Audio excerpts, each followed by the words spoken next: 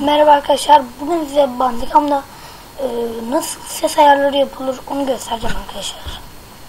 İlk önce böyle bir ekran var ya, şurada genel diyeceğiz. Ne olacak? Gelişmiş diğer video kayıt ayarları diyeceğiz arkadaşlar. Burada bakın sese tıklayacağız. Şimdi video çekerken sesinizin büyümesi, küçülmesi. Ben %47 yapayım. Kayıt sırasında ses kaydı yap. Bunları açacaksınız arkadaşlar. Yani bunu değil de bunu yaparsanız daha güzel olur. Çünkü basarak konuşmak, yani videoda sürekli bir tuşa basmak yani insanın canını çıkartır.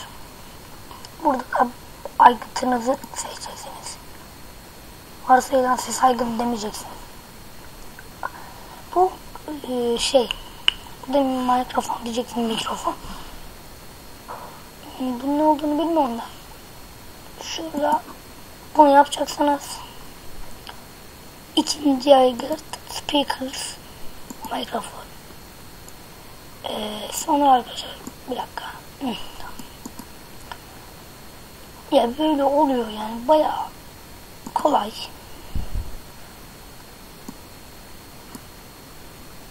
Bakın mikrofon lining. Ben genelde mikrofon yapıyorum. Yani değil miyim arkadaşlar? Yani mikrofon daha güzel oluyor yani.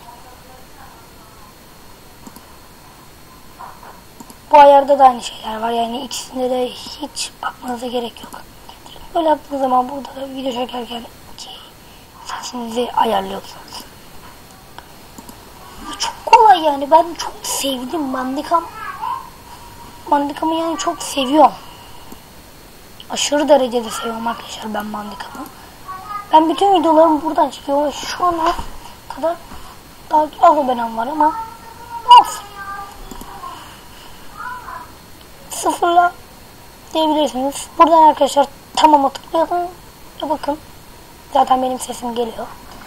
Video çekmeye başlıyorsunuz. Ben de ilk başlarda bilmiyordum tabi. Ben de video izleyerek öğrendim bunu. Bir videonun daha sonuna geldik arkadaşlar. Bay bay.